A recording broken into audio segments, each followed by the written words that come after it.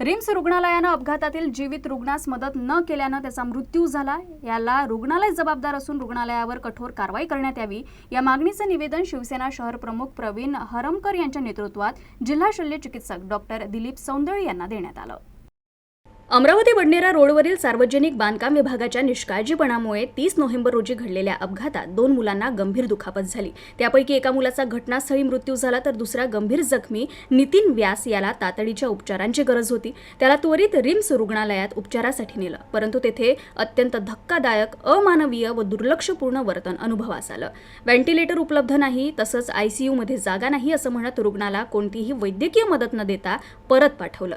रुग्णाची स्थिती गंभीर असताना प्राथमिक उपचार, स्थिरीकरण, आपत्कालीन केअर काहीही दिल्या गेलं नाही। या विलंबामुळे उपचाराची महत्त्वाची सुवर्ण वेळ गेली। नंतर रेडियंट हॉस्पिटल येथे डॉक्टरांनी शॉक देऊन सर्व प्रयत्न केले, परंतु जखमीला मृत घोषित करण्यात आलं।